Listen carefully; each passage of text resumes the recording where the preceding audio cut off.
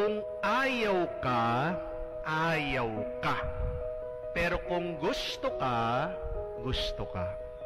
Madalas sa buhay, meron talagang mga taong sadyang kahit na anong gawin natin, kahit na anong sabihin natin, ayaw tayo. At meron din sa buhay na kahit anong sabihin natin, kahit anong gawin natin, gusto nila tayo. Mahal nila tayo. That is why remember this. For people who love you, you do not need to explain yourself. They do not need your explanation.